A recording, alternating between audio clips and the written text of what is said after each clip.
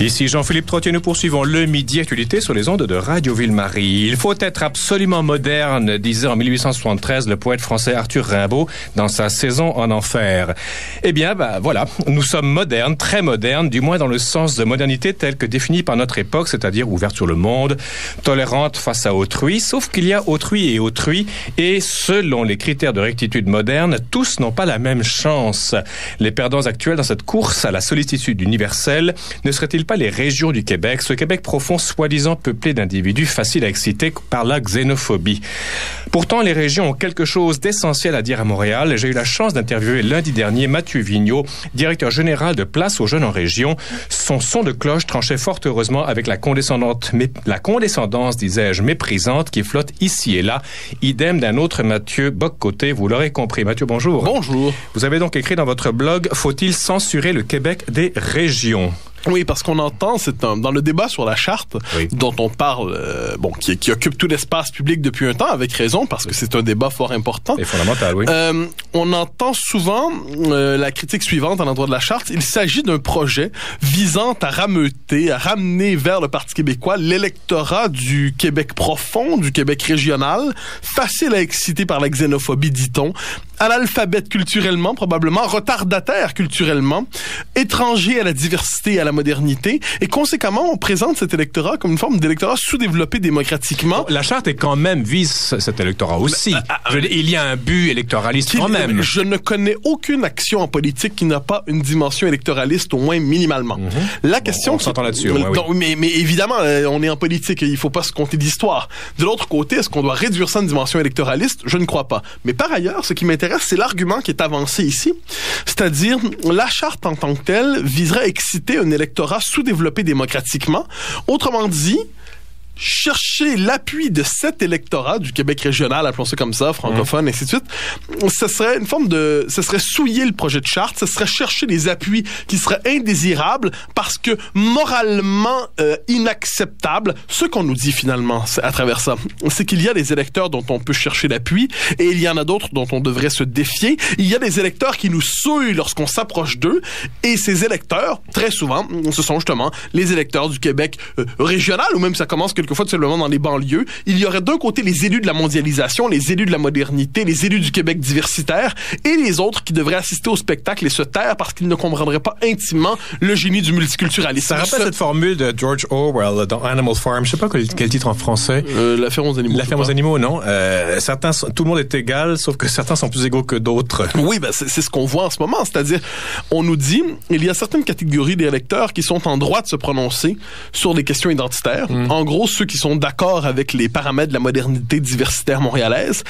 Et il y a ceux qui devraient se taire ou du moins être disposés à la rééducation pour qu'on soit capable de leur faire comprendre les vertus de la civilisation qui se bâtirait à Montréal. Et à travers ça, qu'est-ce qu'on voit? Il y a deux choses. Premièrement, on en a souvent parlé ici, il y a la tentation de la cité-État montréalaise. Donc l'idée d'un peuple montréalais se concevant de plus en plus comme une société distincte. Montréalais et Canadien, mais surtout pas québécois. Surtout pas québécois. Montréaliste, mais surtout pas québécois, et dans lequel d'ailleurs les Québécois francophones ne seront qu'une composante parmi d'autres. Donc un peuple multiculturel et bilingue qui se pense de plus en plus comme une société distincte par rapport à un Québec régional, francophone, qui lui serait étranger. Donc c'est une espèce d'étranger dont on se méfie. C'est assez fascinant. Il faut voir comment, dans la logique diversitaire de l'ouverture à l'autre, la catégorie de l'étranger demeure présente, mais l'étranger est pensé sous la forme de l'altérité sociale et idéologique. Quand on dit, par exemple, aux gens du Québec des régions, ne vous mêlez pas de ce qui se passe à Montréal. Ça se passe entre nous. Mais c'est quand même le vieux réflexe de la méfiance de l'étranger dans ce qu'il y a de moins beau. Est-ce qu'on peut parler de racisme aussi ou pas? Non, je pense non. Le mot racisme, c'est un mot très chargé. C'est un mot qui désigne des choses suffisamment odieuses pour qu'on ne l'applique pas. Même quand on n'aime pas le comportement, toute forme d'exclusion n'est pas racisme. Évitons d'utiliser ce terme. Alors, cela dit, qu'est-ce que le Québec des régions nous dit dans ce débat sur la charte? Est-ce qu'on doit immédiatement s'imaginer qu'il s'agit d'analphabètes, de sous-développés démocratiques? Non. D'abord et avant tout, non.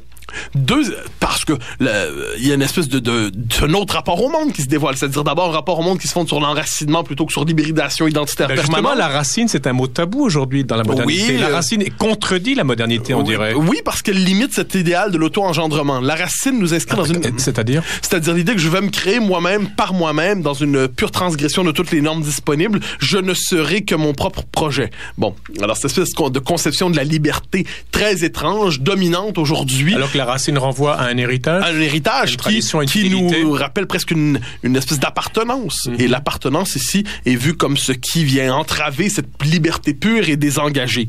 Mais ce qui m'inquiète beaucoup, donc, à travers cette condescendance envers, finalement, tous ceux qui ne sont pas d'accord en fait, tous ceux qui sont en accord avec le projet de charte, fondamentalement, c'est lorsqu'on nous dit, par exemple, le souci de l'identité nationale serait un souci réactionnaire, un souci rétrograde, le signe d'une mentalité prédéveloppée. Alors, on entend ça à propos du Québec des régions, et ce qu'on nous dit finalement, c'est que la métropole doit s'autonomiser du reste du Québec. Ce qu'on nous dit à travers ça, c'est que le Québec n'est plus une unité autour de laquelle les Québécois peuvent se rassembler, c'est-à-dire les régionaux ayant un avis sur Montréal et les Montréalais ayant un avis sur ce qui se passe en région, parce que l'autre versant de tout cela, est-ce que les gens, par exemple, de la Gaspésie, ou les gens de l'Abitibi, ou les gens du Saguenay devraient dire aux Montréalais, occupez-vous pas d'environnement, ne vous occupez pas de ce qui se passe avec nos rivières, ne vous occupez pas de ce qui se passe chez nous, parce que nous sommes chez nous, vous êtes à Montréal, ne vous mêlez pas de ce qui se passe, c'est du colonialisme urbain que de se mêler de ce qui se passe en région.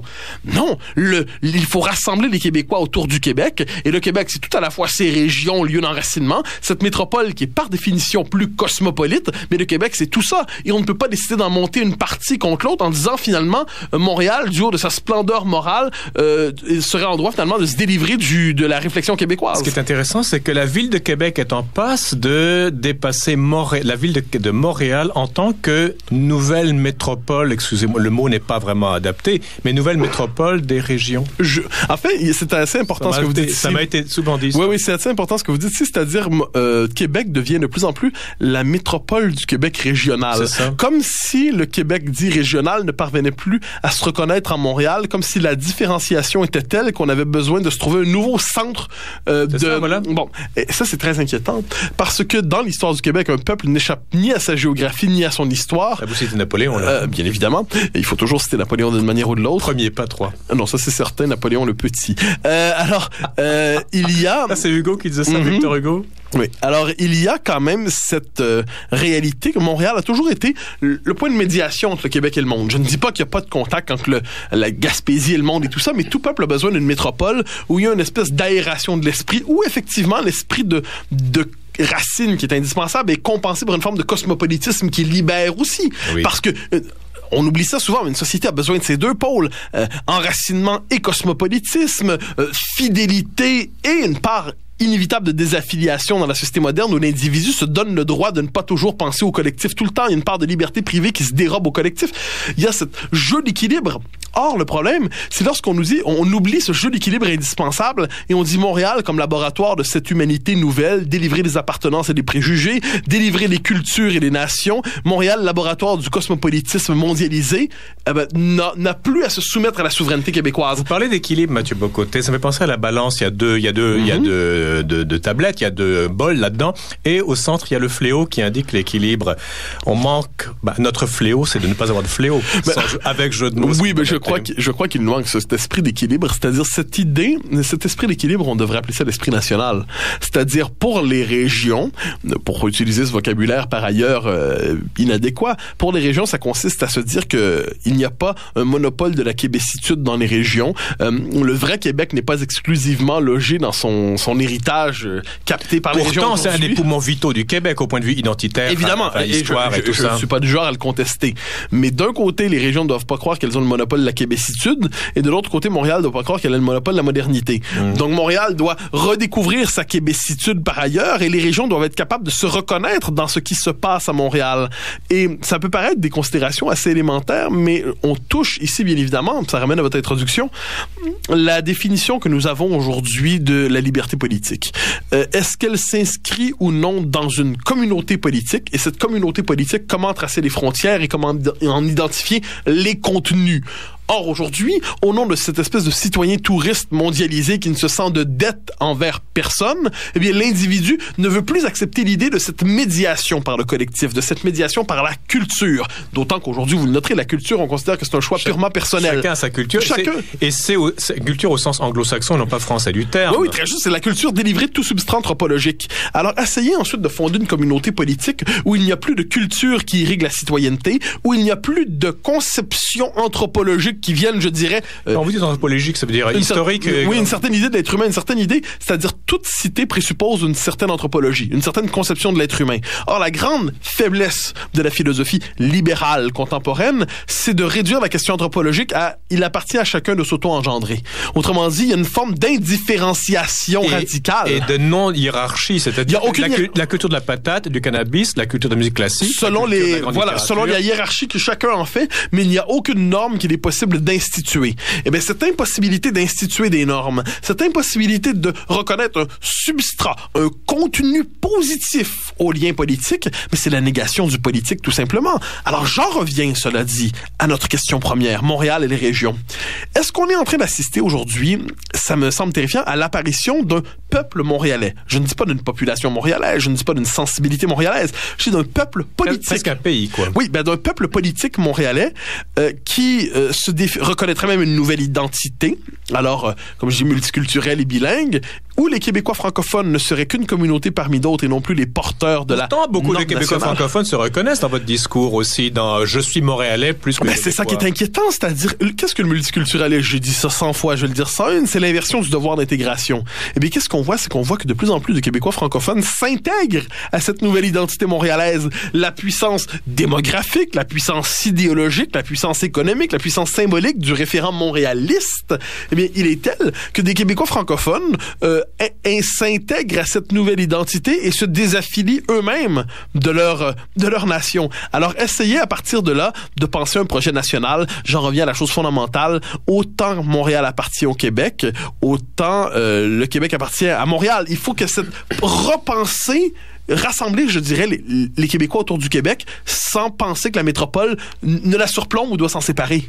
Mathieu Bocoté, est-ce qu'on a le même problème, peut-être moins exprimé ou plus dilué, entre Toronto, l'Ontario, Vancouver? En tout cas, en Vancouver, je crois que c'est présent avec la Colombie-Britannique. Calgary, peut-être de plus en plus. Le Canada est un pays étrange.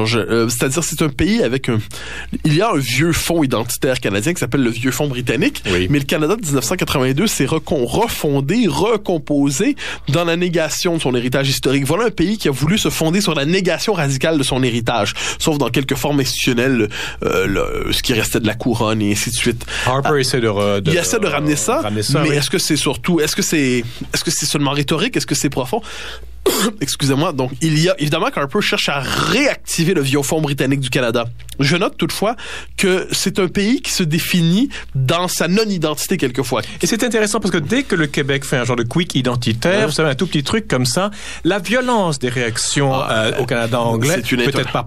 C'est un symptôme que dans ce pays, peut-être, il y a une douleur cachée et qui est manifestée et projetée sur le Québec chaque fois que le Québec joue au miroir. C'est-à-dire que le Québec dit nous ne sommes pas Canadiens, nous avons une culture substantielle. Et nous avons une définition, ce qui n'est pas le cas. Voilà.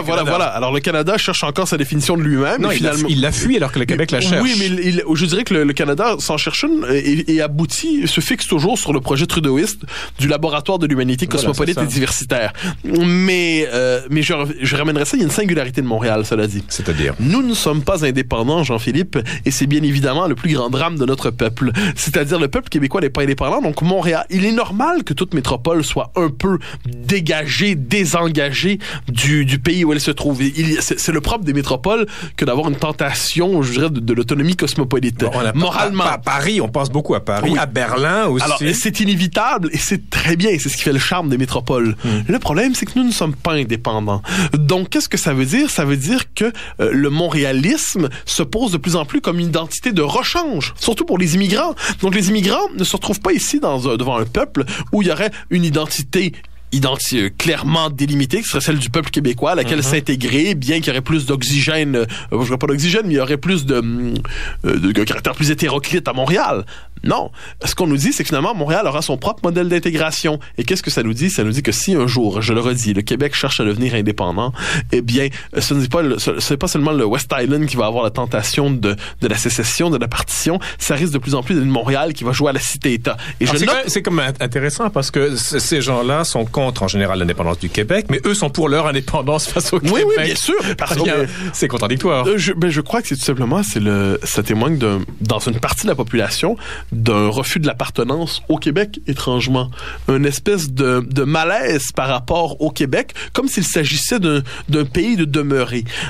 Souvent, on entend ça quand même. Notez bien ce qui se dit là. Le Québec des régions, qui n'est pas assez évolué, qui fonctionne aux affects xénophobes, et ainsi de suite. Qui ne parle que français. On parle, oui, mais oui. Qui n'est pas un bon français, on va dire. Qui croit en plus qu'on peut vivre seulement en français dans son pays. Oui. Alors, on considère qu'il s'agit tout simplement de résidus historiques. Va-t-on s'encombrer de résidus? Et moi, cette manière de parler d'une partie du Québec comme du bois mort, comme s'il s'agissait finalement d'un Québec périmé dont on attendait qu'il disparaisse, et en attendant, on veut par ailleurs qu'il pèse de moins en moins sur nous. Voyez dans le débat sur la charte, par exemple, quand on avait une partie des élites montréalaises qui nous disaient, toutes les élites politiques d'ailleurs, Montréal va se soustraire à la charte. Autrement dit, il y a la volonté de se désaffilier du référent Québec. Il y a l'idée que Montréal n'acceptera pas les codes de l'intégration québécoise. Mais qu'est-ce que c'est ça? C'est un Québec cassé en deux, et si jamais on essaie de devenir indépendant, eh bien, on risque d'avoir une métropole qui va jouer collectivement contre la possibilité même de l'indépendance. Mathieu, et ça, au plus grand bonheur, évidemment, de l'État fédéral. Mathieu Bocoté, sortons un petit peu de tout ça. Je pense qu'il y a aussi des Québécois de souche qui, quand ils voyagent, se disent « Merde, alors on fait pas le poids avec la splendeur que l'on voit ». Il s'est déjà intégré chez beaucoup de Québécois et en région également. Quand ils se frottent à la métropole ou à des pays étrangers, ils disent « Est-ce qu'on fait le poids face à ces 2000 ans d'histoire, de civilisation ?» On a 4 siècles ici. C'est pas si mal quand même. C'est très bien et on a survécu, on a réalisé de grandes choses. Ça, il faut pas cracher là-dessus. Évidemment, le réflexe de beaucoup des Québécois qui vont à l'étranger, au Canada anglais, à New York ou peu importe ailleurs, ils reviennent chez eux, ils disent « Mon Dieu que c'est plate chez nous ». J'entends ça souvent. Oui, c'est le phénomène des retours d'Europe. Hein. Rappelez-vous quand la revue... pas d'Europe seulement. Hein? Non, mais je veux dire, quand la revue Argument a été lancée il y a 10-12 ans, un des premiers dossiers, c'était sur les retours d'Europe, c'est-à-dire sur ces intellectuels qui, dans les années 50, 40, 30, allant en Europe, elle a été émerveillée par la splendeur de la vie européenne, revenait ici et se sentait pris dans une espèce de pays provincial, ennuyant, enfermé, asphyxiant. Bon. Autrement dit, on ferait pas le poids, et la bonne manière pour un Québécois de s'émanciper, ce serait pas de s'émanciper par sa culture, mais en s'émancipant de sa culture. Et c'est cette idée qui revient souvent, hein, de ne pas être que Québécois, de ne pas être qu'enfermé en ce pays. Et de ce point de vue, le Canada est idéalisé pendant longtemps comme le pays qui donnait de l'oxygène, qui permettait l'ouverture sur le monde. Beaucoup de francophones allaient en fonction publique fédérale parce que c'était une caisse de résonance beaucoup plus grande que la fonction publique québécoise. Et aujourd'hui, je crois que Montréal, pour plusieurs, joue le rôle justement de nous ne serons pas que Québécois, nous serons Montréalais. Par la participation à Montréal, d'autant que nous vivons, dit-on, dans l'époque des cités-États, dans la revalorisation des villes et des métropoles comme lieu politique, eh bien, à partir de là, ce qu'on nous dit, c'est je me délivre de cette québécitude étroite en me montréalisant sur le plan identitaire, et par là, j'embrasse la civilisation mondialisée. Donc, je me délivre d'un Québec trop étroit en embrassant la métropole qui n'est finalement qu'une île, soit dit en passant, et j'appartiens symboliquement, du coup, aux élus de la mondialisation. Mathieu, on peut quand même ménager la chèvre le chou en disant que est-ce que les enzymes québécoises sont capables de métaboliser l'apport de Montréal? Autrement dit, est-ce qu'il y a un estomac québécois qui pourrait digérer Montréal? Parce qu'il l'a fait pendant longtemps, mon Dieu. C'est-à-dire, quand on regarde... Mon Dieu ou mon vieux? Non, mon Dieu. J'aime mieux être appelé Dieu que vieux. Ça dépend les moments. Alors, c'est une question de... Évidemment que la culture québécoise a porté l'idée de regarder la chanson québécoise, regarder la littérature québécoise. Montréal y est présente. La question que vous me demandez... Non, c'est pas ça la question, Mathieu. Est-ce qu'on est capable, avec tout l'apport de sang neuf qui est venu depuis 40 ans et qui vient de cultures qui sont bimillénaires, trimillénaires, est-ce que les enzymes québécoises sont assez assez forte pour intégrer cela? Ben alors, deux choses. Est-ce que nous avons en ce moment une politique d'immigration qui est conforme à nos capacités d'intégration? Non. Ça c'est la quantité. Oui, mais c'est pas un détail quand même. Hein. J'aime citer Michel Brunet qui dit le nombre et le nombre. Oui, mais ma question se situe à un autre niveau. Mais je suis d'accord à condition de savoir que les deux niveaux sont liés. Est-ce que, par ailleurs, l'identité québécoise est assez forte pour intégrer les nouveaux arrivants? Je crois que oui, mais je note une chose. La tentation de l'autodépréciation est telle ici qu'on a souvent l'idée, mais ça vaut pas véritablement la peine ce qu'on a à partager. Cette culture est trop pauvre, cette culture est une culture trop insignifiante pour être partagé. Eh bien, quand on a ce rapport au monde, ça fait en sorte qu'on n'enseigne pas l'histoire québécoise, ça fait en sorte que notre rapport à la littérature, on se décentre de nous-mêmes. Comment va changer tout ça alors? En une minute? En une minute? Beaucoup moins de temps, c'est un seul mot, l'indépendance. Mais sans blague, c'est-à-dire, je crois on ne comprend pas la portée symbolique fondatrice de l'indépendance politique. L'indépendance politique viendrait parce qu'on oublie que les cultures sont portées par un cadre politique, elles sont portées par des institutions, elles sont portées par un imaginaire. L'indépendance politique d'un coup ne rend pas la vie plus belle et plus agréable au quotidien, mais elle crée les conditions d'un épanouissement culturel comme jamais dans l'histoire québécoise, d'un épanouissement identitaire, les Québécois pouvant pour la première fois se poser comme norme de leur propre pays. À partir de là, l'intégration, je ne dis pas qu'elle est d'un coup facilitée, mais je dis que on change les termes dans lesquels la question d'intégration se poserait. C'est une belle phrase historique. On va finir là-dessus, Mathieu. Merci beaucoup. Avec grand plaisir. À la semaine prochaine. Ouais, avec plaisir.